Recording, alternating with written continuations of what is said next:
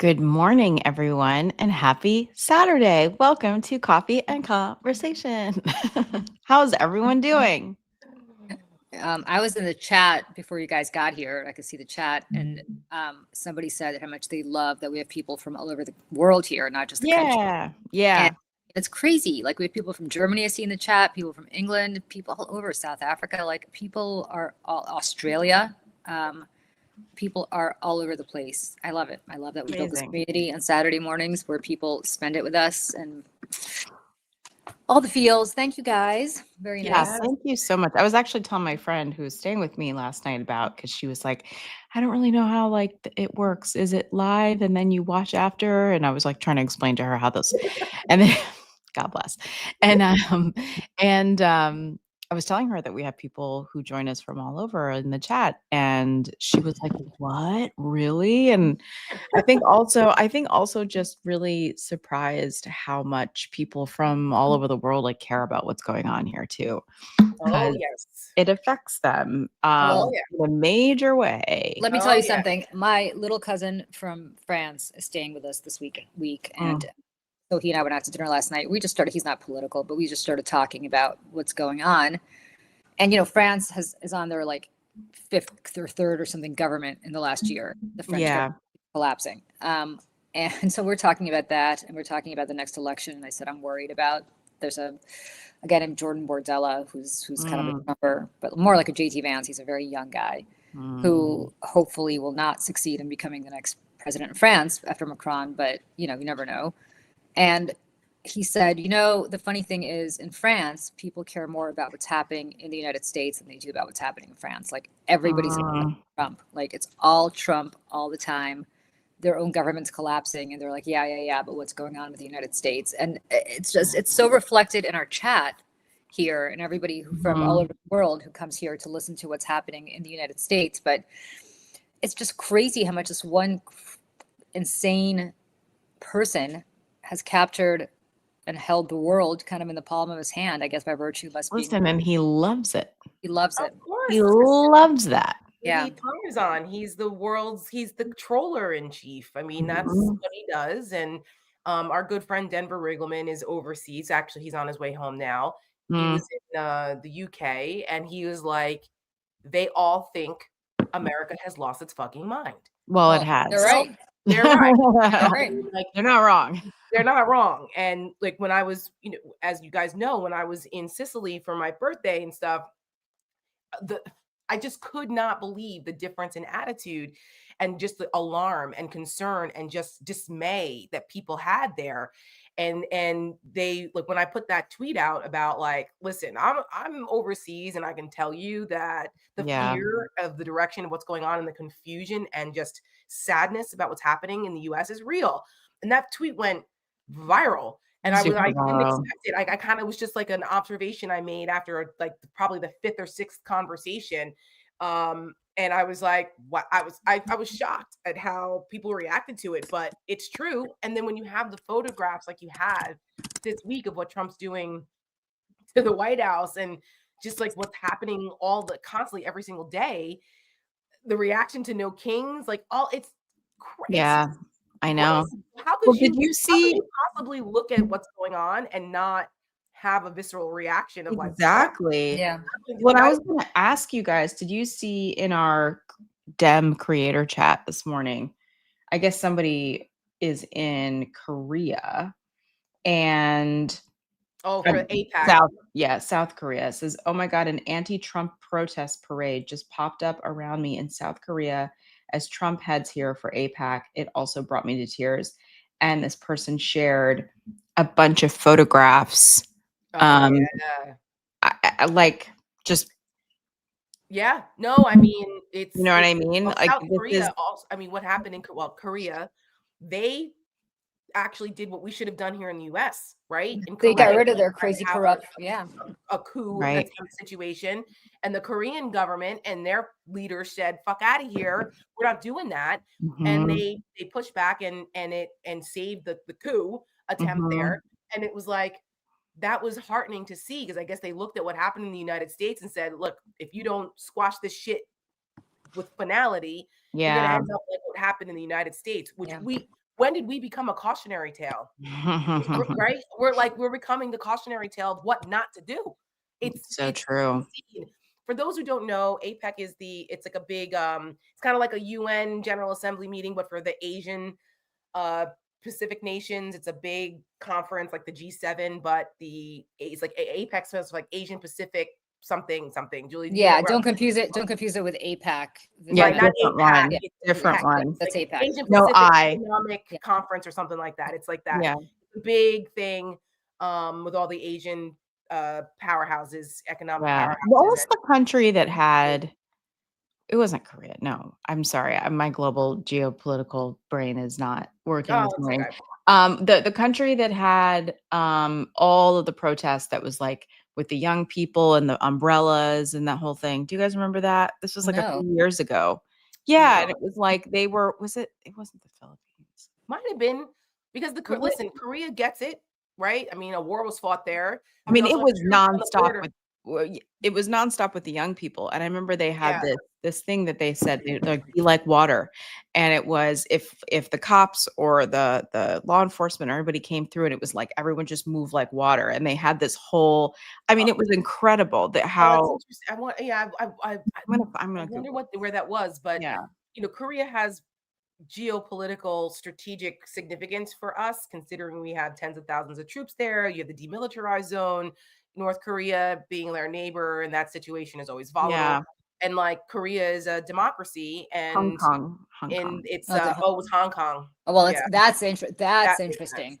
Yeah, Mhm. That's yeah. interesting. It says because the phrase "be like water" refers to the protest strategy adopted by Hong Kong That makes pro-democracy sense. protesters, inspired by Bruce Lee's philosophy, which emphasizes fluidity, adaptability, and spontaneity over a fixed central leadership. This tactic involves protesting in a way that is formless and shapeless to evade authorities by appearing and disappearing quickly. Protesters would use impromptu gatherings, flash mobs, and rapid movements to and from locations, sometimes using public transportation to outmaneuver the police. This strategy was also adopted by other movements in Asia, such as protests in Thailand, which use similar tactics. But I remember Yeah. like actually seeing visually them Yes. moving like this, and I was like, Yes.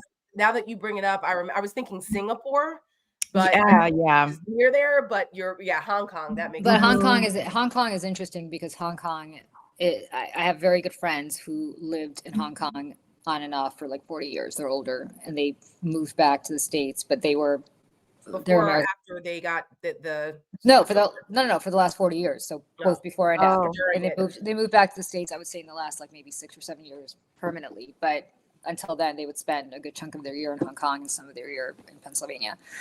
And they said the change has been gradual but very, very noticeable. In that, when the changeover happened in 1997, when the British handed over Hong Kong to the Chinese, the whole deal was that Hong Kong was going to still be able to be free and independent, and it was part of China, but they were going to. Right. Right. I mean, it was such a hub of capitalism.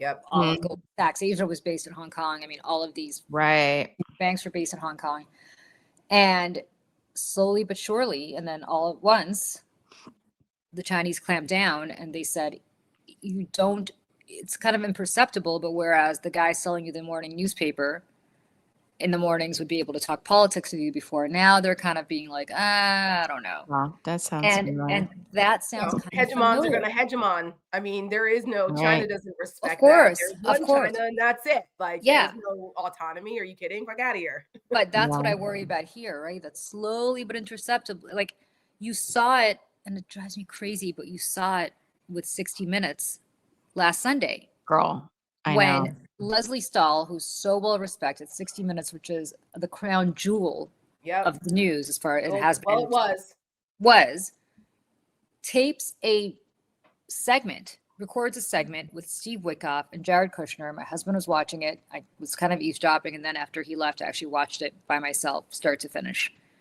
I was despondent watching this because here's Leslie Stahl, who knows better, giving, I don't want to use the word, but you know what, to Kushner and Witkoff. And they're talking about how brilliant they are. They're talking about how, Jared, you're the smartest. No, Steve, you're the smartest. And we're going to have peace of the Middle East. And the president gave us this authority to do whatever we wanted. And the thing is that, I don't know when that was filmed, But Yeah. it was aired after the ceasefire had broken, which Trump does not acknowledge, nor do the Israelis, because it's politically not in either of their Yeah. interests to acknowledge They've really suppressed that. I don't think a lot of people know that the ceasefire actually collapsed like less than within 6 days. Pretty immediately. Within Yeah. 6 days. Within 6 days. Yeah. And what's so awful about this is that I'm watching this on 60 Minutes and I'm thinking, I just can't believe what I'm watching and how quickly this all happened. Barry Weiss comes in, the Ellisons buy Paramount, which owns CBS, which owns 60 Minutes, and all of a sudden, this is what you have: a complete and utter factual disconnect from what's happening.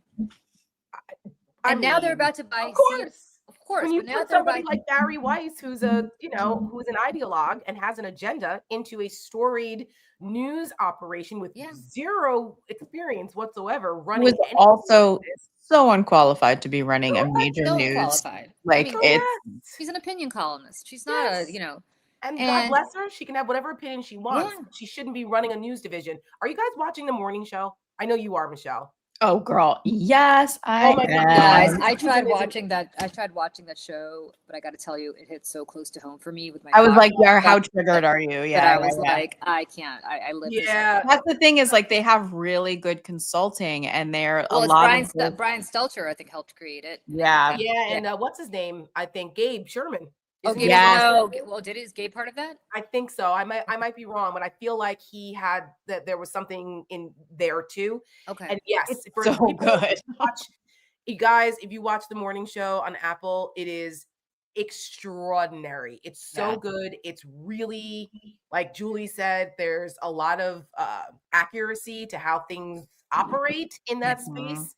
And it's on the third season now. Are we on third season or fourth season, I think, right? Is it fourth? I think it's I think fourth. it's fourth season, yeah.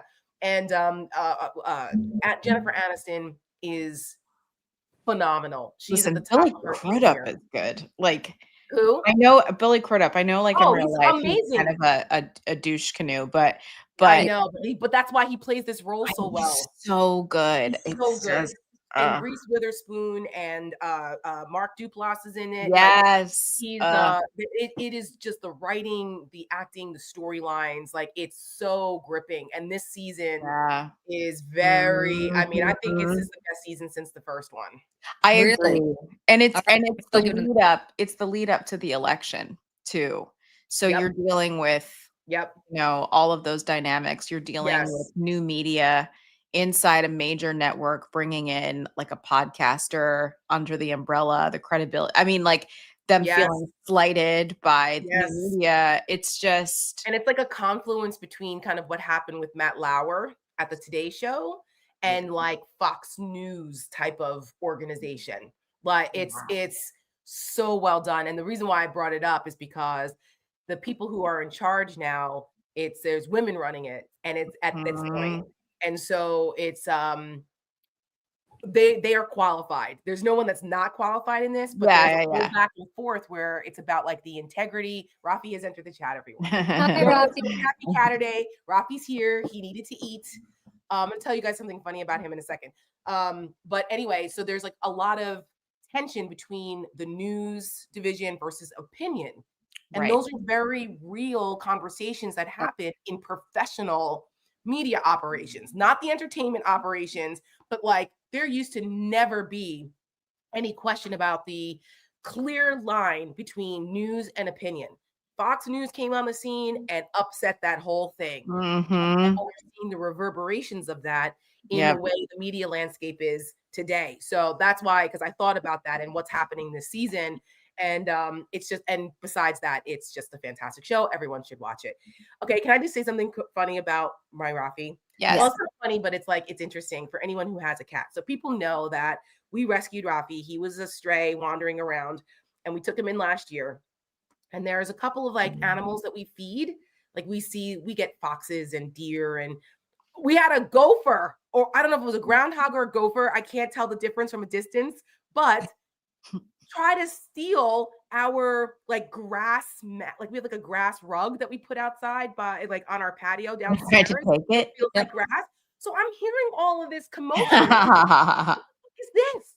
I look out the window, and sure as shit, we call her Greta the groundhog. Greta is trying to pull the fake grass rug off our patio to drag it to the woods, I guess. I don't know. Wow. I was like, that's very beaver activity to like, Yeah. Probably yeah. is a beaver. Like I said, there's beavers, groundhogs, Yeah, gophers. yeah, I yeah. can tell the difference from a distance, right? So I'm looking and I'm like, because I thought it was because we have raccoons too, right? They come up on our deck and eat the bird seed and drink the hummingbird nectar, which by the way, our hummers are gone. God bless Hannah, Harper, Taurus. time Safe of travels to year. Mexico. We'll see you guys in April. But anyway, so I mean in May. So anyway, I'm like, Marcel, look at this. So sure as hell, I have the video. It's hysterical. I'll send it to you guys. Please. Freaking, I mean, working hard. Eventually, I was like, listen, if she can get it off, You're gonna have it. yeah. Yeah. You know what I mean? Like, please have it. So anyway, and she ended up abandoning abandoning the project, but it's still there. Like we have a camera down there now that we installed to see, and like she hasn't come back. But anyway, so I say all that to say that we have a lot of critters that run around.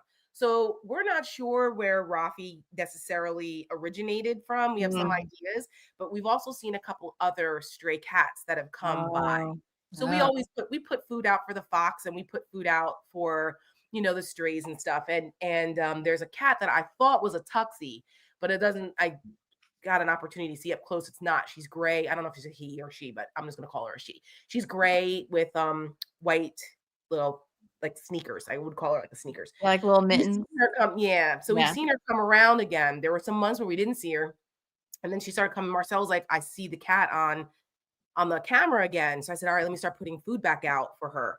Well, Rafi started waking us up at like, I don't know, 5 in the morning, 6 in the morning, at the window. I think it's his friend. Like, cats. So I'm like, oh my God, is he like, I'm here, I've been rescued? Like, I don't know.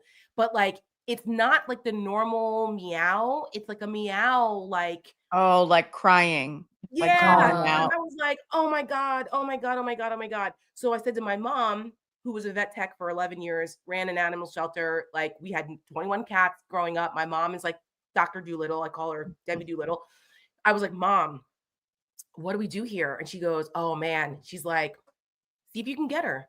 Like they see if they can like see each other. And I said, yeah, but what if she's like got things? And she's like, he's got shots.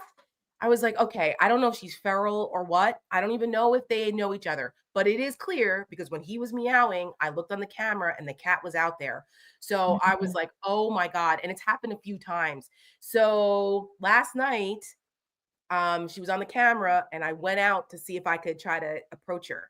And I got within, I don't know, 30 feet, 20 feet of her. And I was like talking to her. I had little treats. I call them somethings. And she was like, she stopped and started like meowing back to me. So, but she wouldn't come to me.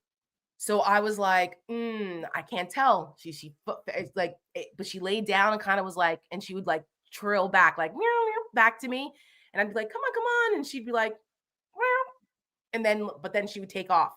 So I'm on a mission to see what we can do here. Yeah. Would you take her in? Maybe. We got to come up with a name. I know. Well, right now she looks like Sneakers, so I would call her. But it was I don't know. I don't know. We don't really like if we take another cat in. I really wanted another kitten, like a little. Yeah. But you know what though? I mean, but I don't. I'm like, oh my gosh, kittens are amazing. I think like little, but and usually for me, I mean, the way that I think about it, if I was to have another cat, I would need a kitten because it would acclimate to the space better for my other cats. Yeah. But if they already know each other, I know. I mean, it's a theory. Kind of theory. Yeah. But it feels very like there is something going on because it's not by accident. I see him Right. run window to window. You've seen my house. You know how it is, right? Right. On a U almost. And like he goes sometimes from window to window. Like they're very in tune with each other. So I'm like, I don't know. I'm gonna try. I'm on a mission. Yeah. I will keep people updated on whether I actually make young too. I'd say she's probably roughly the same age. Same age. You know, like a year or two. Yeah. I think she's probably like, yeah, maybe a year and a half now. Like I guess Rafi's probably going on 2 now, I guess, right? This would be his because he was about a year old last year when we got him, a little less than a year old when we first got him. He was like a teenager. So Right. anyway, I will keep people updated and whether I make contact and how it goes. But like, Please. Rafi, and Oh. look what I got on one of my thrifting. One of my thrifting. Very Was that one of those nice. metal things? Yeah, it's a metal. Yes, I love those. I love Yes. those. So we always, if we find a good sign, we get them. So I was like, anything black cat, and he's got the green eyes like Rafi. So I was Aw. like, I gotta get this. So yeah.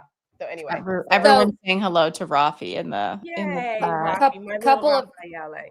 Couple of housekeeping things. People have been asking where Joe is. Joe's one of Joe's kids. It's soccer Oh, season. yeah. So she Abby, your daughter, yeah, she's in Yeah. soccer season. soccer season. So she is with her daughter on the field Saturday morning. So that's where Joe has Yeah. been. Yeah. And then others are asking us what we think about the New Jersey and Virginia governor's races. Mhm. Why don't we start with Virginia first? Because I think that's more that's Yeah. easier. Well, and I live here, so yeah, I tell can us. give you guys a little recap. As a matter of fact, I was supposed to be part of a on the ground canvassing thing here. Okay. That you probably saw it in the chat. They were talking about. Yeah, hey, I did. So I was like, okay, I'll go out and do it. No follow up. Who was There was setting no- it up? Who was setting it up? The campaign or some? I mean, I'm assuming it was the campaign through the DNC because it was in the Okay. chat. And so I was like, okay, I'll go out. It was supposed to be today, right? We're a week and a half away, but early voting started in September. Virginia has one of the longest, easiest early voting systems in the country. Yep. I think it's September 19th. Early voting opened, Mhm. which for Jay Jones, he better hope a lot of people voted for him if he thinks he's got a chance. We didn't vote early yet. We're probably going to vote this week. I won't vote for him. I'm sorry, I cannot. That's the attorney general candidate for the Democrats who texts insane things about wishing death on his political opponent's kids so that to prove a point. And it was unhinged. And I'm sorry, it's a judgment issue for me. Can't do it. And I can't vote for the January 6th guy either. I mean, Miyares is he's the current attorney general. He's a Republican. Yeah. Thing about him is that he's actually not a crazy, but he's a coward, because I know people who know him and have had conversations with him, and he has said that he's fearful of the MAGA backlash if he doesn't do what they want. So Jesus. I can't vote for his ass either. So I'm in a situation here. I don't know what to do. I might have to leave it blank. I don't know. Trust No, me, it's a we in New terrible, York know how you terrible feel. decision here. Yeah. It's as you guys know with New York. So anyway, because of the Jay Jones situation, the attorney general situation, it has breathed new life into the Republican campaign, because Winsome Sears is a lunatic, legit Looney Tunes. lunatic. Yeah. Okay, this woman is nutso, and she was getting blown out by Abigail Spanberger. Mhm. However, I knew, and the Republicans, the National Republicans, pretty much had written it off. They were like, I don't know if we even want to deal with her. Plus, Abigail Spanberger will probably win, and we can sacrifice Virginia because they really have a great shot in New Jersey, which we'll get to in a second. Okay. But I was very annoyed that Abigail Spanberger was running a really safe campaign, very Yeah. safe, and she had some issues with the diversity of the coalition. People Right. didn't vote for her. I remember we were on some calls even over the summer about this, and talking about how to even approach this. How do you message this? Because Abigail Spanberger has a woman of color issue. Like, there's Yes. just not enough diversity in the coalition, to your point. There Yeah. wasn't. And the diversity of the Democratic coalition is what makes the Democratic coalition Yeah. what it is. It's the strength. Like Richmond, Hampton Roads, Yeah. Norfolk. These are areas that are heavily minority, and they come out and they vote heavily Democratic. And so when you have a problem there, you have a voter enthusiasm gap problem there. That gives the other side an opportunity to make up that gap Mhm. in other areas or take advantage of it. So, I warned, I said, listen, you do understand that this is going to tighten, because the closer we get to the election, when people are actually paying attention, the Republicans are going to pour tens of millions of dollars of C4 money, of dark money Yep. into this campaign if they see an opening. Yep. And sure as shit, the October surprise, it never fails. where some kind of Oppo research comes out a couple weeks before the election and it's given runway and injected a whole new round of energy into Winsome Sears' campaign. And guess what? Spamberger is only winning slightly outside the margin of error. No. Okay. This woman, this is almost like the what's his name? Herschel Walker versus Yes. Yeah, Obama yeah. situation. Like it shouldn't have been close. And yet it was. It went to a runoff. It's similar. This should not even be close. Abigail Spamberger should be up by 20 points. Okay. You're dealing with someone who's a former CIA operative, member of Congress, same person, versus Winsome Sears, who happens to be Black and a Marine, but a lunatic. Okay. And so here we are. Here we are. Now, I still feel pretty good that she's going to pull this out. But it shouldn't be this close. And the fact that something as simple as like Northern Virginia is real important. This is where the bulk of the freaking votes are. And it always comes in late. Yeah, it does. It does. And the thing is that Republicans, they're the day of voters. There's going to be a surge. Democrats take advantage of early voting. But I mean, what are we doing here? They should be running so Winsome Sears has been running ads showing, because Abigail Spamberger did not have a great debate. And she didn't really handle the Jay Jones situation great either. And so they've seized on that. So if you haven't been paying attention, you look at the reaction, and then you're like, and they're making Winsome Sears look semi-sane in her ads, and she's not. Abigail Spamberger has an ad out I'm like, guys, there's so much more crazy shit that this woman has said and done. Have another ad campaign. They have one ad campaign where they show Winsome Sears speaking at a crazy Trump rally, saying like she got interrupted by some protesters, and she's like, I am speaking. Like a crazy person. Like she sounds like a lunatic. And it's a good ad, right? To show that she's nuts. But that's like, they've used that for every single ad. And I'm like, dudes, like enough. There's more to her than just that. Like, let's pile on top of it. That's not the only crazy thing she has said. And so it's becoming almost like a running joke now that I am speaking. If you live here in Virginia or the DC area, you're like, oh my God, if I hear this ad one more time, I'm going to throw up like Also, like, so, guys, you got Lieutenant Governor, right? Offense. Yeah, she's Lieutenant Governor right now, right? Yes. Lieutenant Governor. Yeah, and a story just came out about how she hadn't shown up and done anything. There was nothing on her official schedule for like 6 months. What the hell has she been doing? There's nothing surprising about that. I mean, I remember when 4 years ago, we were working on the Glenn Youngkin stuff, and that she was to be the lieutenant governor on the ticket, essentially. Yep. And talk about DEI hires, by the way. I just want you all to know that Winsome Sears was not the most qualified person to be lieutenant governor in Virginia on the Republican side. There were lots of other Republicans. I mean, that's what I don't get. Why her? Because she was Black and a Marine and an immigrant.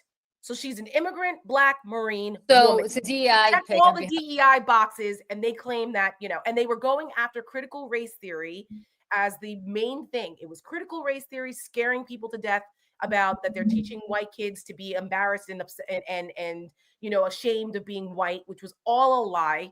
Okay, but it worked.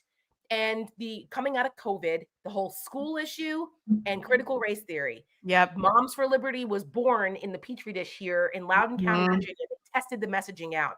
And so they needed to find someone who blunted the appearance of them being racial. Right. Because the CRT a Black woman Marine. She looks great on paper.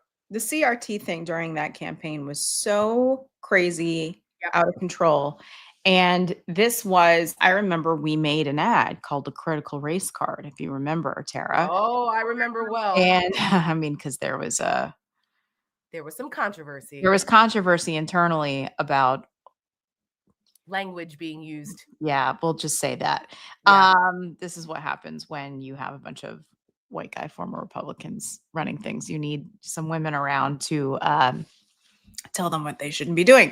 But anyways, but the point was, which I think was very smart and very powerful, is that you had Lee Atwater, right, saying from back in the day um, you can't say the N-word anymore. You can't say N-word, N-word, Yes, N-word. yes, yes. You have to say states' rights, or Right. you say forced busing, and you Right. use these other dog whistle terms that aren't as offensive, shocking at all as a racial slur.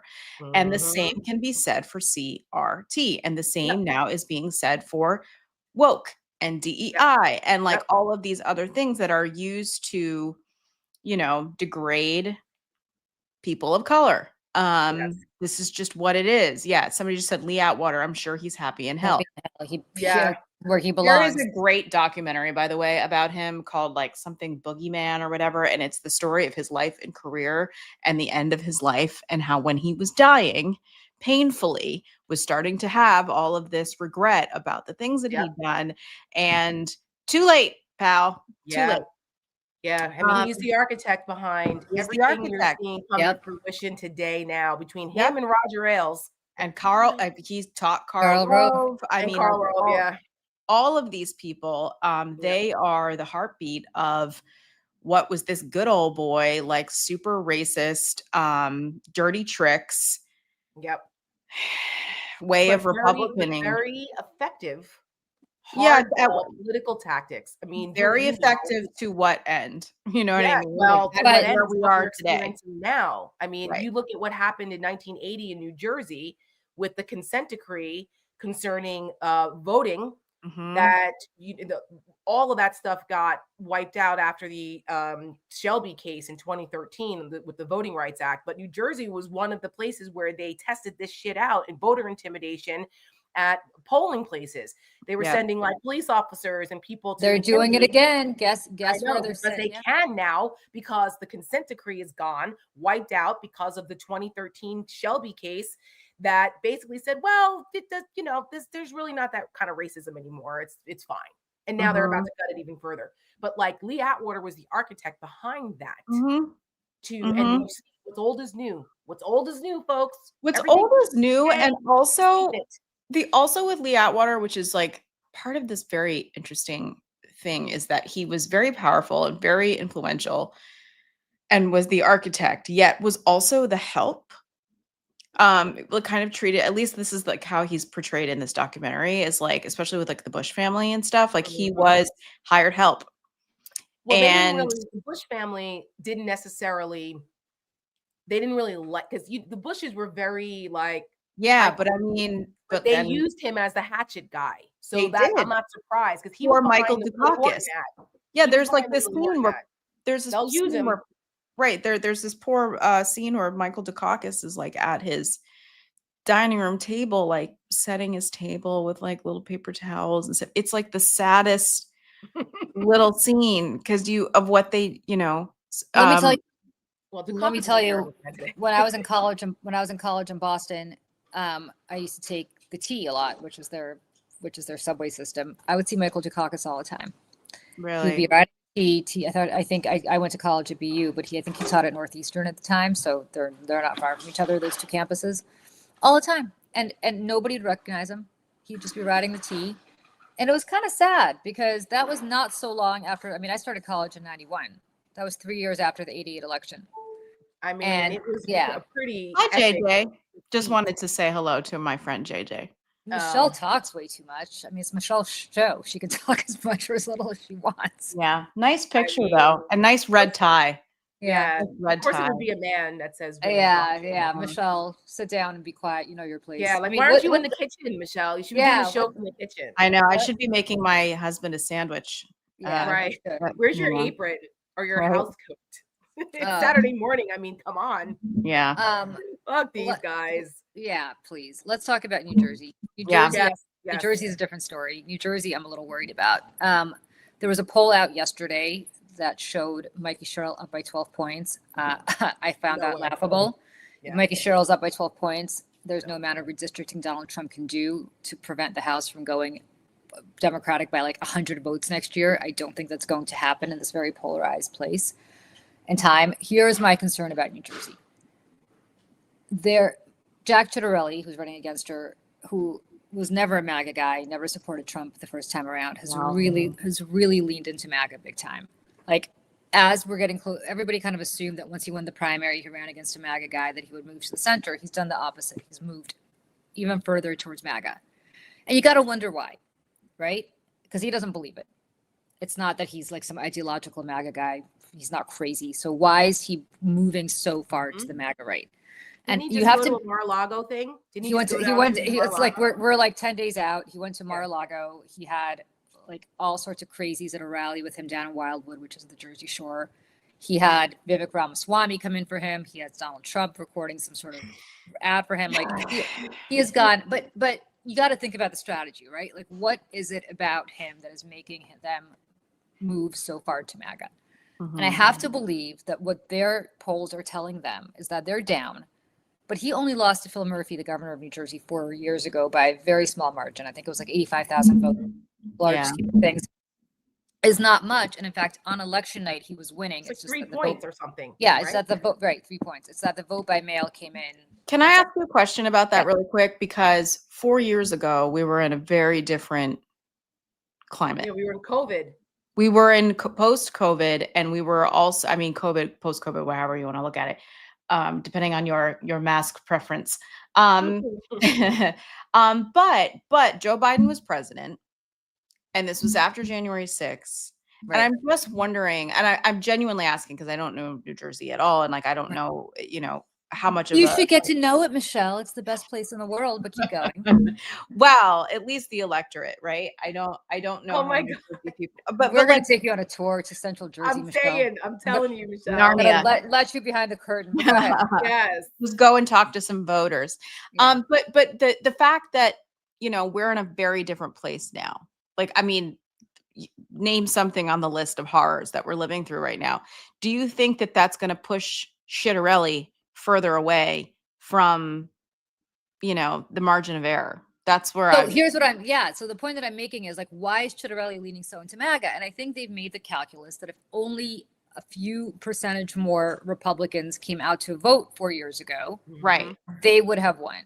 Yep. Right. You might make the argument if only a few more people in communities of color who I think are open to him had flipped their vote, but it's probably easier for him to get MAGA to come out than it is to maybe flip those votes. Right. And so I think as a result, And they saw, wait, hold on, Julie. They also saw the result of the presidential election for sure, where Kamala Harris won by the lowest margin in 50 years in New Jersey. Like Joe Biden won New Jersey by double digits, and she only won New Jersey by 5.5 percentage points. So and where that difference was starkest was in places like Passaic County. I worked in Passaic County 20 years ago. I turned that county red to blue. Is that Passaic? That's how you say it?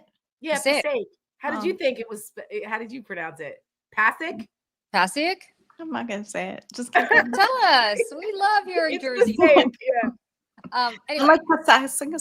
Yeah, when on the Google Maps, whenever it comes up, and I'm like, "What's take a left at Passaic?" Anyway, that's Passaic. So she lost Passaic County, which is a Democratic county, which is just startling. She lost. Yeah, I think she did very poorly in the cities of Passaic and Patterson, which are communities of color, largely Black and Latino, specifically Latino. Huge Palestinian population in the city of Patterson. She did very poorly there. And she lost or did very poorly in the Latino parts of Hudson County. Hudson County is the county that is right across from New York City. If you know where Hoboken is, Jersey City is, those places are have been very gentrified and are basically the 5th and 6th borough, 6th and 7th borough of Manhattan or New York City at this point. But the towns around it, Union City, North Bergen, West New York, Guttenberg, places like that, not Gutenberg, but Guttenberg, places like that. Steve Gutenberg? Sorry. Well, it's pronounced, the real city's pronounced Gutenberg, but no, I know, but all I think about is Steve Gutenberg. Steve Gutenberg, right, but it's not Steve Gutenberg, it's pronounced Guttenberg in New Jersey. Much like there's a town in New Jersey called Bogota, but it's Bogota, Colombia, but it's New Jersey, Bogota. Bergen County, very small county. Yeah. So I say all of this to say that she had real struggles with communities of color, especially Latinos, all those towns It's that I happening listed. again, by the way. I pulled up an article. Latino Yeah. clergy group backs Jack Ciattarelli for governor 12 hours ago. Mm. He started there. So, I mean, to look, your point. here's the challenge for both candidates. The challenge for Jack Ciattarelli is there are about 800,000 more Democratic registered voters than Republicans. Can he make up that margin by either making sure that people in the Democratic base stay home because they just are not energized by this election, or can he make it up by making people who don't typically vote in these elections, who are Trump only voters, people who are not political at all until Donald Trump energized them, if they turn out to vote, will he win? The answer is he could. And I think that's what he's betting on. And that's why he's gone so full MAGA in the last couple Yeah, of he's out with Byron Donalds. Byron and Donalds. I mean, he's doing all going that. to Mar-a-Lago. I would For also Mikey, like to point out, like Yeah. you said, Julie, that they're doing it again with intimidating elections in New Jersey. Headline in the Bergen Record: Justice Department will send staff to Passaic County to monitor elections. of course. Here we go, guys. Here we fucking go. Yeah, of course. And Passaic County, as I just mentioned, is a county that Trump won, which Democrats have controlled for a generation. Ever. Yep. And again, that's And what I said. and they can blame it if they lose this time, they can blame it on shenanigans in the minority counties, Right, like they've done right. in the past. What's And- shady with the black and brown people and the votes there? Right.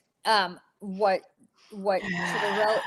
Cheryl's advantage is Trump, right? Like I've always said, if Mikey Sherrill, she should not win, not because of her. No Democrat should win because since 1963, nobody has won a third consecutive term in New Jersey for their political party. It just doesn't happen, right? It always flips back and forth. Mhm. And you've had 2 terms of Democratic governor now. If she wins, she should get in her car on election night, as I've said before, drive up Route 78, go straight to Bedminster, and give Donald Trump the biggest kiss on, that she could possibly give him, because that is who got On the mouth. that is who won this. Yeah, gross. But that is who will win this election for her. Like under no Just circumstance. send them a basket. Yeah. Under no, right. Probably better. But under no circumstances should she win. And you ask Brian Baru who monitors the monitors. Nobody. That's No the beauty. one. That's the beauty. And this is not the Justice Department of old. Who knows what they're going to do? I wouldn't be surprised if they suddenly deployed ICE on the streets of Democratic towns Well, this is Yep. what on they're election trying day. to massage now. Yep. Right. I would not be surprised if all of a sudden the weekend before the election, you saw ICE in Newark and Irvington and Patterson and Yep. Passaic and Press, Jersey press. City. All of Hudson County, which is like overwhelmingly Latino. Like that's what they're prepping for. And we talked about this the other day. We talked about it on the stakes. Go read the New York Times story about the election deniers that are in positions of power in the Department of Homeland Security that are trying to influence the election coming up. They're setting the stage. And we're not just talking about like political operatives. We're talking about the true Crazy. wackos that Release believe the in Kraken. Italian, Like- that believe in the Italian satellites, and Hugo Chavez were in cahoots with Dominion voting systems, which is now owned Which is now by Trumper. Order. Okay, they have like 27 states use Dominion voting systems, voting machines. This is a really underreported, huge, dangerous problem going into the midterms next year. So pay attention to all of this, folks. It's happening in plain sight. I think New Jersey, more than Virginia, is going to be the test case for what they're trying to do next year, because they sense a real opportunity in New Jersey. I will say to you, and I believe this with every fiber of my being, if Jack Ciattarelli wins, it will have had nothing to do with Donald Trump and everything to do with the fact that it's just very hard for a party of the same, a person representing the same party to win a third term in New Jersey. Again, in my lifetime, it's never happened. If Mikey Sherrill wins, she should not win. I mean, just let's start with that because of what I just said. It's not her. Again, this has nothing to do with her. A Democrat should not win this election. People are really concerned about the cost of living in New Jersey. They're really concerned, as they always are. They've had it. The Democrats have been in power for 8 years. Most people feel it's time for a change. If she wins, we are in for a really good election in 2028-6 because she will only have won because of Donald Trump. Let's hope so. But Yeah. here's also the lesson: if she loses, should be a lesson that you cannot run a safe campaign against MAGA. They should have been the campaign that they have run, That's in an my awful, opinion, has awful, been awful. really, really underwhelming. Given everything that's going on and all the retribution that Donald Trump is inflicting on New Jersey specifically, because what happens to New York also impacts New Jersey. Yeah. And so it's talking about the cost of living and things that are very Jersey specific and tying it into what Donald Trump will do, why it matters that what happens at the top impacts New Jersey, and you need to have a governor that's willing to stand up and fight for you and be the first line of defense against what Donald For the against first line of defense thing before- is really real. And it is and- more and- so every day, whether it's elections, economic, disaster relief, human rights. I mean, that's all the of other it. thing. So Jack Ciattarelli, which I will continue to call him, Yeah, it's a great. he had a surrogate up on stage last week saying that they're, if Jack Ciattarelli becomes governor of New Jersey, they're going to ban gay marriage, and that marriage should be between one man and one woman, and blah blah blah blah blah. Now, all hope that I have about people, losing rights and then doing the right thing to try to get them back has kind of went out the window after Roe in 2024. However, the same-sex marriage situation does affect white men. So that's where I'm like, well, maybe this will be different. But the Supreme Court in the United States is hearing a case on November 7th.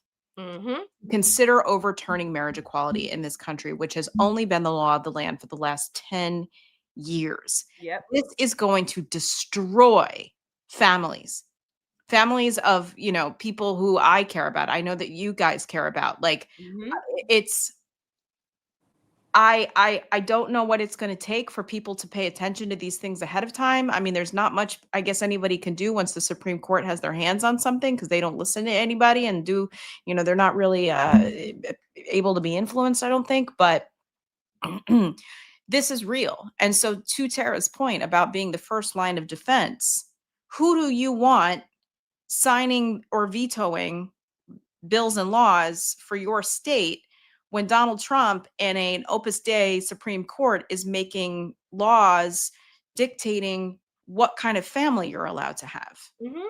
Or who do you want standing up to federal troops and masked Gestapo, jackbooted thugs rifing through your neighborhood, snatching parents off but here's the argument that Ciattarelli's making, you guys.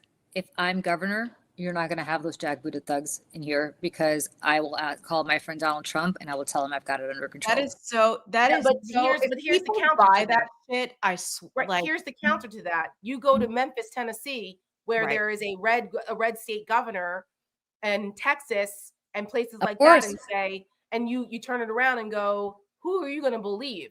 Look at where these troops are. It's not just in red states. Right. So are you going to believe the guy who has been down on his knees, who changed his positions to more acquiesce to Donald Trump's position? Or are you going to believe me, who's been consistent and will stand in the breach? Like, you know what I mean?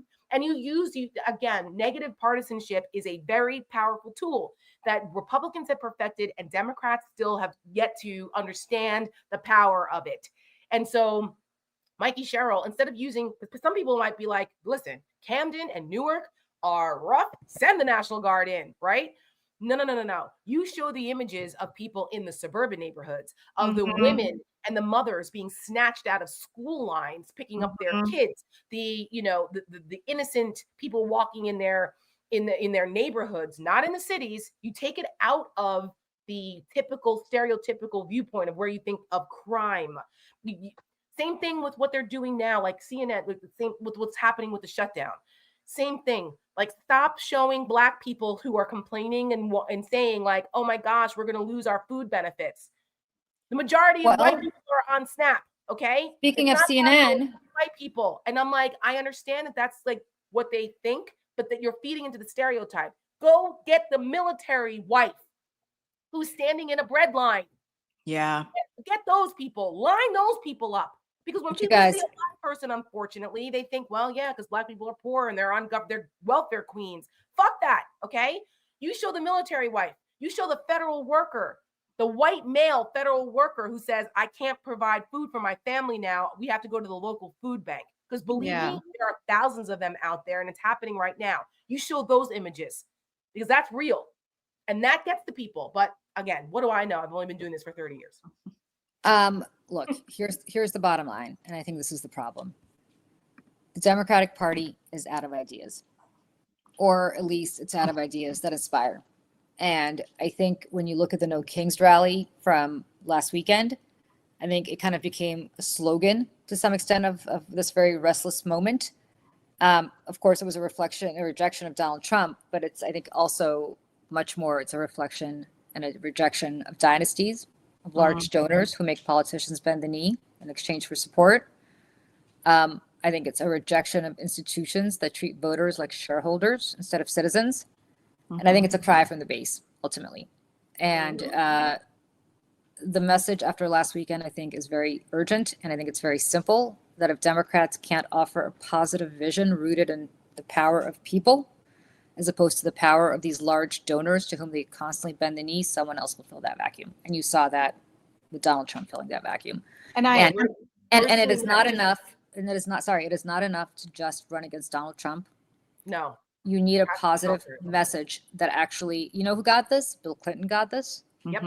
And then obviously Franklin Roosevelt got this. Harry Truman got this. Lyndon Johnson got this. These are all people who had really big ideas. Yep.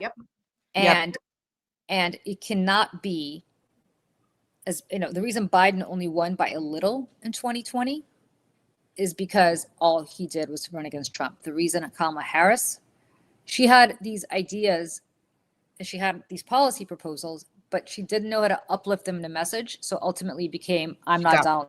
Well, yeah, and she got really bad advice, I think, from her consultants. Yep. And so I'm telling you right now that if I'm not suggesting that Mikey Sherrill have a 20-point plan on how to fix housing in New Jersey, although God knows you need it. Yeah. But it can't just be Donald Trump sucks, so vote for me. It has to be inspiring. You have to inspire the base. The base. And I'll give you a quick example. There is a fantastic candidate running in the special election in Tennessee, down in Tennessee 7, which has been a traditionally very red district. But Mark Green, who resigned in disgrace there, it has opened up the opportunity because the demographics are shifting down there in Nashville and the areas out there, because a lot of people are moving Tennessee because it's a good business environment. But anyway, Afton Ben is her name, and she took out like 6 other Democratic candidates in the primary. She's running against the typical MAGA white dude down there, and she's like a millennial. She's blonde, she's pretty to look at, and feisty. And I only say that because in this medium, visuals matter. Okay. Yeah. If you want to get the attention of those farmers and all of those guys, believe me, there was a reason why they picked Sarah Palin. Okay. I'm just going to leave that there. So visuals matter. Yes. And so she's out here. She's also she's already a state elected, so I think she's a state delegate. So she's out here with a really simple message, because there's an opportunity for Democrats, if not to win that district, at least to close the gap in a way that gives hope to others who are running in these types of districts in 26, that you can break through because of what's happening with tariffs and the farmers and all of that. They're getting killed down there. The cattle ranchers, all of this. There's an opening. She has a very simple message. Fix the roads, fund the hospitals. There's 3 F's. It's like fix the roads, fund the hospitals. I just remember, but it's like 3 things, very simple. And it's like, that's what people, it's a localized message, and it's simple. And it's like, this is what I'm going to do for you. Those guys aren't doing shit for you. This is what I'm going to do. Boom, boom, boom, boom. You keep it simple. You don't have to do the 20-point plan, because most of the times nobody gives Please don't put it on a graphic. No, right, exactly. No one's reading that like this and like 7-point font. Yeah. Oh, here it is. Here it is. I remember. Fix the roads, feed the children, fund the hospitals. That's it. Because rural hospitals are closing in these areas. Children are not getting food because the government is shut down, and the SNAP programs are, which a lot of these rural families use, and they're white. And then fix the roads because the infrastructure is falling apart. And she's like, she understands that these are issues there. So There's the other guy, if he wants to run on crazy MAGA stuff, which is basically let's, feed Argentina, all that kind of like just do the contrast. Have the contrast. And it's the only and guess what? She's having a hard time getting the National Democrats to pay attention to her race down there and give her the resources that she needs, which is a whole nother conversation we can have another time. Of course, because although they've been doing the same thing over and over again and it's failed, they continue to do it. I want to use Maine as a quick example. I was I was waiting. Maine, we have Janet Mills running. She's the choice of every DC politician. Understandable, the current governor, 70 something years old, 76, 78. She's up there. And she's running against a guy who on paper looks exactly like what Democrats should be running. Vet, former Marine, oyster farmer from the 2nd District of Maine, which is the more conservative part of Maine.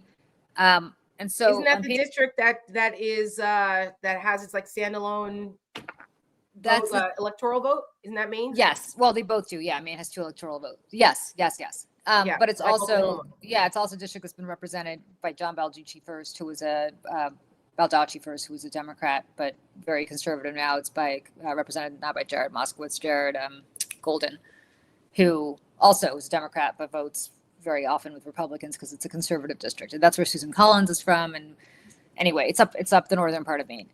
The point is that this guy looked great on paper. I was all behind him, and then all of a sudden, well, he did on paper. On paper, when we saw it, we were like, when I learned yesterday that he went to the Hotchkiss school, I was like, no, I know. Have got to be kidding me. That was yesterday. We're talking about when he first announced. I know, but before we knew about any of this other bullshit. I know. But like that wasn't hard to find out. I mean, we didn't know. Well, but I'm saying that like when the party and like everybody else was like vetting him to. Well, the party wasn't vetting him. That's right. They didn't. He just announced and took off. Right. They just didn't vet him. He just announced and he took off. There was an article that came out, I guess, was it yesterday, that basically a bunch of progressives got on a Zoom with him and was like, "Hey, you're great. You can fix this. You have 2 weeks. Figure it out." And then and that's how fast. And then it turns out he wrote a bunch of stupid shit on Reddit, which okay. Then it turns out that he had an SS tattoo on his chest that he claims he didn't know was an SS tattoo until somebody pointed that out to him. Now, if I got 18 years, he claimed he was really drunk in Croatia, and that's where he got this tattoo. Well, if I were really drunk and got a tattoo, which by the way, how drunk do you have to be to get a tattoo the size of like your chest? But if you are that drunk, it also takes a while. The next morning you sober the F up and you look down at your chest and you say, what is this tattoo that I got? And maybe in 18 years, maybe express a little curiosity about what this tattoo was. And the best is when I tweeted this out, people who are crazy MAGA on the left are like, well, the skull and bones existed well before the Nazis appropriated it. And I said, yeah, so did the swastika. The swastika existed for thousands of years before the fascists appropriated it. That is correct. And I can vouch for that because I was in Thailand and they're all over. It's a Hindu temples in Thailand. It's very disconcerting to see because we know what it represents now. But those temples pre-exist the Nazi regimes in the 30s. Of course, and it's also a Hindu symbol, and so you see it in Hindu. Like I went to my son has a friend whose parents are from India, and I went to their house, and they have swastikas, but it's Hindu. But still, to me, it was so jarring to see, obviously. So my question is, if you had a swastika tattoo on his chest, would you say, oh, that existed for thousands of years before? Of course not. And then we come to find out that this guy has so much dirt that he is now foisting NDAs upon staff that's departed to prevent them from bashing him. Okay. Of course, for me personally, if that's what you're doing, like disqualify, bye-bye, don't want to see you. Yeah. But is this really the best we can do? A septuagenarian establishment Democrat who's not lighting the house on fire, or a guy who on paper seems good and then it turns out is completely unhinged and has has SS tattoos and has crazy shit that he wrote on Reddit and is making women sign NDAs on his campaign, which means there's a lot more coming that he doesn't want anybody to know about. Like, is this really the best we can do? Can we not find like somebody who's like the three of us, who is not that I'm running or Michelle's running, Tara, I hope you do one day. But the point is like, can we just not, I mean, there are millions of normal people like us. Yes. I mean, Can't they find people who are just normal? Who Well, this is my thing. This is my thing. And this is where I'm getting so angry, like in the comment section from people on the left. And it's like, well, this purity test, like, this is not a purity test. I want to be very clear here. I want to be very, very crystal clear. Yep. It's one thing that we're apparently just going to look over the fact that we're going to blame rape victims for their own assaults and like black people don't tip and whatever else it is that we're going to let that go. But on no planet is putting Nazi imagery into your skin, on your body for 18 years, any mistake that you get to, work into or workshop some sort of redemption tour into a political campaign. Yeah. Especially not for Senate, especially not for the United States Senate, where the Democratic Party then will have to own you, not to mention no. And the other part of this that people are not taking into consideration, yes, the rest of the country, we hate, we don't like Susan Collins, okay, because she's a pushover and she does all the things and she's awful and all the things. However, in the grand scheme of MAGA, she is not considered extreme. So in a place like Maine, she's tolerable, especially for a place that's like on the more conservative side, like that one district that you were talking about. True, yeah. It's going to be very difficult to beat. And this guy, in addition to the comments and the Nazi imagery on his body, he is one of these white progressive Fetterman types. And like the red flags guys are everywhere. When I read yesterday that he went to the Hotchkiss school, I just about fell out of my chair. I went out with a guy who went to the Hotchkiss school when I was in my 20s. Let me just tell you, it didn't really go anywhere. That's not important. The important part here is that his family owned a private plane.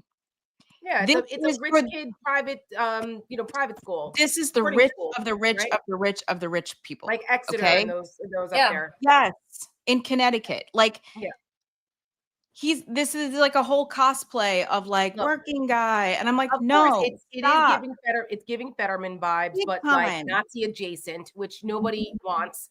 And here's the thing. I was on with Don Lemon on Wednesday talking about this as his apologies, Plattner's apologies were coming out, like they were trying to do damage control. And with all due respect to my good friend Don Lemon, I love Don. I don't know if he was being serious or playing contrarian, but he was making the argument about the purity test and like, well, no. Isn't this what people want? Somebody that's more real and blah blah blah. I said, Don, here's the thing, okay? He's not real. What's real? Okay, and I was the thing too. I was like, look, it would be just one of these things is enough, used to be enough to get you out of politics and you're disqualified. In the era of Trump, there's a lot more latitude here with what people will tolerate. Fine. But the difference is he wasn't proactive with it. He's coming out now because he got caught. Yes. It's just like the husband who got caught cheating on his wife and got his mistress pregnant. Yep. And the wife finds out, and now he's all like, I'm so sorry. I messed up our family. And why were you looking through my phone? You shouldn't have been looking there. I'm going to do better. Like, please forgive me. And you know what I mean? And it's like, wait a minute. You're only sorry because you got caught. It's very evident in the way he responded, in the written remarks that he read from. He still didn't feel, I didn't get the idea that he was remorseful in any way. It was like, it's too little too late, buddy.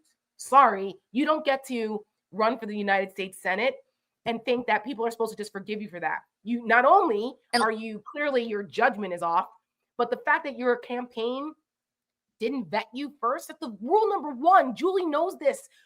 First thing you do, you hire a self-researcher before you do anything else. Exactly. You do the most a fundraiser and a self-researcher examination of your candidate from within. Yeah. You give them a colonoscopy. All of this stuff at first. And then you can deal with whether it's survivable or not. And you come up with a proactive plan. If he had come out and said, listen, I have, like many, evolved over the years. There are things in my past that I am not proud of and that I am ashamed of, including this fucking tattoo I've had for 18 years, plus things that I posted on Reddit in drunken stupors years ago when I was in a dark place. I know there are many of you that can relate to that. Yep. You know what I mean? You lean into it and you say, but after watching what's happening to our country, I've actually had a reckoning with myself. and this country needs to have a reckoning, because I can understand this. And if someone like me can change and can realize the error of their ways, so can this country. And that's why I want to represent the people of Maine in the United States Senate. If he had done that from the get-go, maybe we wouldn't be sitting here dragging him. Maybe. But he didn't. He's doing And let it me now add, yep. out of And let me, reaction. and let So me just fuck add off. one thing. Let me add one thing. This week, and this was really underreported, and I don't know why it was underreported. I actually wrote about this on Substack because it's, again, I'm so pissed off at the media about this. Go take a look at the Department of Homeland Security's Twitter feed. Oh, They have God, gone, Oh, it's crazy. full Nazi. And I don't say that as hyperbole, and I hate those kinds of hyperboles because there are only real, there's real Nazis. You don't need to call everybody a Nazi. But I mean, legitimately, in the literal sense, they have I'm not even going to post it because it's so offended, a photograph of Teutonic knights with these long swords. And the headline says, "Defend your hearth and home." Hearth and Oh home. my God. Again, the phrase did not originate with the Nazis, like the swastika didn't originate with the Nazis, but it became something that Joseph Goebbels put. Schutz, Heim und Herd, protect home and hearth, was a big phrase, Yep. right? And the enemy of the Vermin and gates, blood and soil. the enemy, These terms are not by accident. the enemies at the gates, again, something Goebbels did for Feinstein vor Terran. I'm probably butchering it. I'm sorry if anybody Germans here. The enemies at the gates. Okay. Goebbels said this. Then they put another one out that says America for Americans. Okay. First of all, under the Nazis, Germany for Germans became official policy. But if you want to take it here to the United States, where America for Americans came from, was the Ku Klux Klan in the 1920s. Yep. Against Catholic migration. Yes. From Italy, from Yep. Poland, Southern Ireland. Europe, and Eastern Europe, against Catholics. Forget Black people, forget Jews. I'm talking about people whose last name is Bondi were not welcome here. Yeah. America That's for right. Americans, the Grand Wizard of the Ku Klux Klan. And I'm reading here from my Substack because I don't remember his name. In 1926, this guy named Hiram Evans, the Imperial Wizard of the Ku Klux Klan, gave a whole speech. I quote from it, but literally it ends with, "They, being American values, are condensed into the Klan slogan, native white Protestant supremacy." This is, I'm quoting from him. "First in the Klansman mind is patriotism, America for Americans." That is what Kristi Noem is putting out there. And I want to be very clear that if this guy, Graham Plattner, ends up in the Senate with his SS tattoo, you have lost all moral standing to criticize the shit that Kristi Noem is putting out there. And they have gone full Nazi, my friends. So for all of these left-wing MAGA radicals who think that it doesn't matter because this guy can win, you sound like the people that put Donald Trump in office. That's exactly what I said to Period. Don. And I said, listen, this is not, you're not acting like it's an either or. This is a primary. There are other options. There's time for other people to get in the race. They can choose Jana Mills if they have to. I was like, but you cannot become, there's a very thin line between, wanting to win and doing what it takes to win and becoming what you despise. You cannot become what you despise to win. Okay, there is a difference here, because then that makes us no better than them. And then where do we go from there? So there is a way to win and vanquish these people without becoming them. And I don't understand how they don't seem to see the difference here. It doesn't have to be Nazi tattoo chest guy or the Republican. It doesn't have to. There are millions of Americans that can run for office. Fucking recruit them. Yes. You can't do recruitment. And I'm so tired of, for years. I used to train them. and I'm being tired of told by, just to be clear, by a certain brand of privileged white guys on either side, anywhere, telling me what they know and how they know and how this is the person and how that's the thing. And, he needs to look like a MAGA, but it's fine if he has Nazi stuff. Like, it's okay. Shut up. Don't tell us that. And you don't know everything. And I'm very, very, very tired of this because you're wrong. Yeah. You are wrong. And not to mention, again, this is like that last gasp of white majority that's going on in this country that is like just, I guess, a little more stealth on the left. Like, I don't know, but it's like, guys, but it exists. Trust but us. it exists. And it's the Trust same us. with the misogyny. And it's like, because, people on the left are supposed to be more inclusive. Yes. Okay. By nature and by ideology, but there still are people at the top of a certain brand of human being who are telling the rest of us how it needs to be. And they're Yep. wrong. And they're Yes. wrong. And I'm Yep. tired of it. I am tired of this. Yeah. Like the example that I used about the candidate Afton Ben down in Tennessee is another example of that. It was basically like, wait your turn, little girl. You're a little too you're a little too feisty. You're a little too Yeah. firebrand. Yeah, You you're a know? little And it's too like, woman, fuck too much you. woman. And so they make women, squeeze themselves into these, Sheath male dresses. faces that aren't Yeah. built, like, break the mold and make your own goddamn mold. And that's Right. the thing. It's like, And no one cares. It's authenticity that people vote for. yeah, and God knows, like, I cannot deal with another New York Times think piece about how Abigail Spanberger and Mikey Sherrill are the future of the Democratic Party. No, First of no. They're not. They're not. They're both likely to win. Okay, Spanberger for sure. Cheryl, I would say 51-49. I think she's going to win. Yeah, it's not gonna be close. not the margin, just the odds, right? I think like slight chance that she's probably going to win. All the Jersey folks, please. Early voting started today. Go vote. Yeah, if you haven't Bring voted by 5 of your mail, friends. yeah. But the point is that we shouldn't be winning just because Donald Trump sucks. Right? We should be winning because we're inspiring people. This guy, Graham Plattner, clearly inspired. Yeah, he did. He clearly did. The way AOC does, the way Zohran Mamdani does, right? Like, it's not just about their policies, it's about them. AOC is, like, I think, her own standalone. I think she's fantastic. She is. But my point is, like, is another situation. Mamdani is a different situation, but he's clearly captured. But he's clearly captured the imagination of people who never were engaged before, who came out to vote for him in the primary. He's at the expense of, you want to talk about authenticity. I mean, well, right. He's a good showman, unfortunately. He's a great showman. I don't really know what he stands for, but except for that he's. Oh, we know. Well, yeah.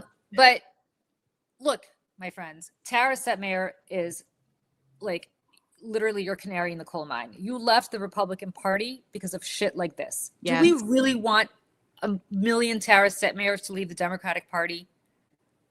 People like Tara who are on the Democratic side because they cannot get behind a guy who has an SS tattoo. Like, I will never get behind anybody who has an SS tattoo. It's a total deal breaker for me. Right. It just is. Now, would I vote for Susan Collins? I would not. I would stay home. Do you want me to stay home? No. You want me to come out and vote? Mm-hmm. Okay. And I really want Democrats to get control of the Senate back. Like, yes, I really want Democrats to get control of the Senate back. And you know what? But I'm not doing it. Right. And then, like, we can end on this because Michelle and I have to work on some Senate stuff. But listen, the other example of me being a canary in the coal mine here, as someone who left the Republicans but did not register Democrat. I am an independent, and I'm not registered as a Democrat because of shit like this. Yeah. I'm like, guys, you're killing me here. There are millions of politically homeless people like me that are, like, not okay with the progressive purity test in your face, like Bernie stuff, like, or Mamdani. I'm sorry. I can't do it. You know what I mean? Right. So it's like, where do we go? And you need the people like me in coalition with the Democrats, which clearly I am. I'm never going back to the other side. Give me a break. I wanted to see burned to the ground and throw in the history. I said it all the time. But we need people like me, and there are millions of us, need to feel like they have a home on the Democratic side without being excoriated and pushed out with the crazy lefty shit. And then so that's the challenge, which is why they say the Sherrills and the Spanbergers are the future of the party. Well, they're more palatable to people like me, but the way in which they're not inspiring and stuff, right? They're not inspiring. It's not leadership, and there is no leadership right now. Right. There is no one leading. It's not Ken Martin, for God's sakes. Oh God, please, no. And we do need. And listen, we're not looking for saviors. We're looking for people to lead the movement. That's the difference. And, like, if we cannot hold the line, there are things worth holding the line for. SS tattoos is the line. It's part of the line. Klan shit is the line. Like, this is the stuff. I'm sorry. We are not going to move the line for this stuff. Not And- now, and- not ever. and Not I'm gonna just ever. end on this, and I know everybody has to go. The Democratic Party's problem is not just messaging. I'm going to quote Michelle Kinney here. It's also a lack of imagination, Yeah. because Democrats have become the political equivalent of middle management. We're Yeah. obsessed with metrics. We're terrified of risk. We're too cautious to name what we're fighting for. And this kind of Mhm. brand of incrementalism has lost the moral drama that once really animated the New Deal and the Great Society, things like that, right? Yep, We speak yep. the language of restraint when the moment demands language of revival. Yep. And What is we- going on here, my friends? That's right. That's absolutely right. You gotta come from the gut, man. You have to come from the gut. And into the trolls that are in the chat today, like JJ Jordan, are you okay, honey? Like, are you all right today? No, Like, he's he's wearing not. his, He's wearing his He's like little having a costume. moment, and there's been a couple others. I just noticed that my tweet about my reaction to the the East Wing being reduced to rubble, and how I had a similar reaction to like the jarring nature of seeing the Pentagon in rubble. Yeah. Because it felt like an attack. Remember, we were talking about that. Mhm. I tweeted that out because that awful aerial picture. Of Yeah, just that's the what it looks destruction, like. And I said, this almost feels the way I felt on 9/11. when I saw Anderson Cooper said that it looked like a bomb had Did been he? dropped. Okay. Yeah. Well, I just noticed this morning that got 3 million views. Oh yeah, they don't like being and told. thousands of comments from MAGA Mhm. crazies who are so triggered by this. Yes. We've gotten a bunch of death threats, by the way, on our Seneca email. So I took care of that, Michelle, just so you, in case you saw that and felt some kind of way. I handled that this morning. Thank you. But the people coming for me saying, how dare I? How dare you? You're sick. You're mental. You should be removed from your position. Oh, And you know that JJ was- said, now my face has been compared to lots of things. Compared to what the Pentagon looked like on 9/11 is a new one. Okay. It's a bit of a stretch. He just said that my face reminds him of the Pentagon on 9/11. It doesn't even make sense. Not he's to going what after what Donald I Trump's think done is to the East inaccurate. Wing. Not to what Donald Trump's done to the East Wing. By Right. the way. Exactly. Yeah. Exactly. And but you could tell that the MAGA bot army has been. Oh yeah, this makes on sense this. because I was seeing it on the Instagram when I opened Instagram this morning. It was like, "Hi, fire your CEO for the take on Twitter. She Right. something about purged with the fire from this planet." And I'm like, Yeah, and they're like, okay. I should kill myself and all this, and I don't have we should be removed from the planet because we don't have the moral standing to be here. So this is why I know that Mhm. comparing that image and making that comparison is accurate, Well, because they listen, have they- unleashed a coordinated bot army to try to silence us on that. Because when people think about it and you put it in that context, it does feel like that to Mhm. millions of Americans, because there was an attack on our people's house and it's Mhm. coming from within. And too fucking bad if you MAGAs can't face the reality that that's what Donald Trump is doing, because he's not just doing it to us, he's doing it to you guys too. But you're so in the cult that you can't see it yet until it's taken from you, which is happening. Believe me, it's happening. When I told you about that tweet, Tara, that I saw, and I have to dig it up. Yeah. I have to find it. Somebody wrote, and it was on Twitter. They Yeah. said that Donald Trump did to the White House, and followed through with what Osama bin Laden could not get finished. That's right. And And that is woo. And you know And- what? Speaking of playing it safe, a Democrat should be out there. The Democrats should be saying this right Yep. now in one voice, that what Donald Trump is doing to our government feels like a terrorist attack on democracy. well, And and prove us wrong. I'll say this too, and this will be the last thing. Yeah. Our Last former, word to Kinney. our former colleague at the last place, Mm. Steve. Okay. Steve was doing a couple interviews. He was in New York. This is a bit of a story, but I'll make it short. He was in New York. This was in, I think, 2021, and needed a place to do a couple interviews in a town hall. And my other boss said, "Michelle, you have a nice living room. Set him up." And he sat right here and did these interviews. And in one of those interviews, he compared January 6th to September 11th. And I remember because it was all over right-wing media, the Daily Caller, this. And behind him, you can see my pink curtains and the flower. I'm like, oh my God. But he said this, and no, it was not Keith Edwards. It No, was it was it was not. Steve Schmidt. This was Steve Schmidt. You can go look it up and you'll see Yeah. my pink curtains behind him in this interview. Right. But anyways, he talked about this, and like, listen, Steve's a lot of things, but he's not wrong. And he's not wrong about this stuff. And he made the comparison, and they lost their minds. And it's very similar to this in that they do not like having the mirror held up to themselves. Yep. Because this Yep. is the sacred shit that they walk on. Okay, is that we own patriotism, and we own the country, and we own all of the outrage and the pearl clutching about this, that, and the other. Democrats don't care about America. Democrats hate America. Remember at the Mhm. Hate America rally that we all did Right. last weekend and sang, you know, Mhm. patriotic songs in the streets and carried our flags? They Right. don't like that we own this country too, and they don't like being called out for their shit, because they know just as well as the rest of us that had been Joe Biden or Hillary Clinton or Barack Obama, the first Black president, had torn down the East Wing of the White House, that they would be setting shit on fire. Yep. You guys know it. I know it. They Yep. know it. He So- wore a tan suit and they lost their shit. Please. And outta saluted here. a Marine with a cup of coffee in his hand, and they lost their shit.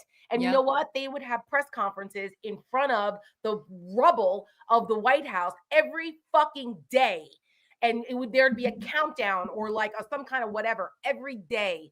They know it. Berating people about how horrible this is, whipping people up about it. And the fact that that's like where's the Democratic leadership? Where are they? They should be in front of this and say, this is the people's house. How dare you do this? Is this our house, not his? He doesn't belong. This is not allowed. Are you okay with this, America? You're okay with this. And So, and they I don't know. they know it. Listen, they know this. And the thing is that needs to be said out loud is all the things that I said, all the things that you said. And the fact is, this is not about any of it. It's about racism. It's about ideological control. This is about authoritarianism. They don't give a shit. It's about them owning us. And that's what this is about at the end of the day. And so, you know, nothing's sacred, nothing means anything. And like, that's so, and we're going to go because Tara and I are going to finish a video that we're putting out for Seneca Project that is about this. And I'll wait to see it. And we should all be outraged and heartbroken for the things that we care about. And it's the things that they claim to care about, and they and don't. the things that they have taken from us. Yes. They don't get to take from us, and No. we sit back and just let it go.